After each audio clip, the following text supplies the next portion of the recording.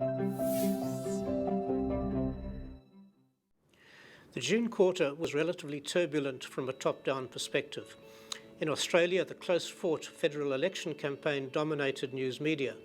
Policies for the taxation of residential property investment was one of the key policy areas of debate. Abroad, the UK European Union referendum and, of course, the upcoming US presidential election were additional sources of surprise and potential uncertainty.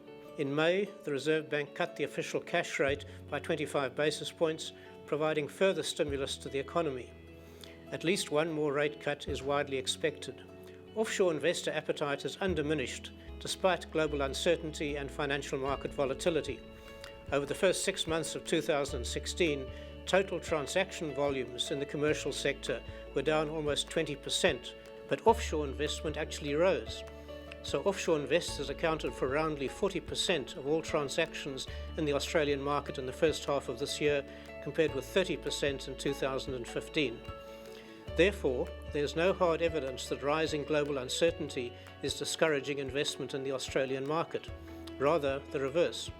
The second theme is the fundamental strength across many of the major Australian markets. For example, the Sydney CBD office market has recorded 10 consecutive quarters of positive take-up of space.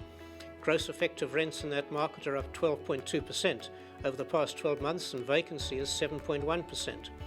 Sydney is the standout, but most CBD office markets recorded positive take-up in the second quarter. Nationally, the take-up of office space in Australia's CBD markets in Q2 is the strongest for 4 years. Strength is not confined to the office market. We see international retailers arriving in Australia, stimulating competition and attracting shoppers, especially in CBD retail markets. And the global hunt for yield continues to drive industrial prime and secondary grade asset valuations.